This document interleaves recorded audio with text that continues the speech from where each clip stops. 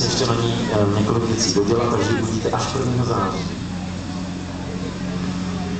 Původně už dneska neměla jet, ale díky vašemu zájmu tady jede. Je to izraelský tank Merkava MK1, i když u těchto tanků se nedá přesně určit typ, protože se neustále modifikuje, takže je to takový hybrid mezi MK1 a MK2.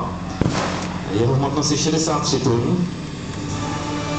Posádku tvoří 4 osoby, velitel, řidič, měřič, střeleč a nabíječ dohromady. K tomu může být 10 mužů vnitřní posádky. On je to totiž takový speciální tank, má vepředu motor, vpravo, kdybyste se koukali ze zhora. Vlevo je řidič, vidíte speciálně upravovanou věž.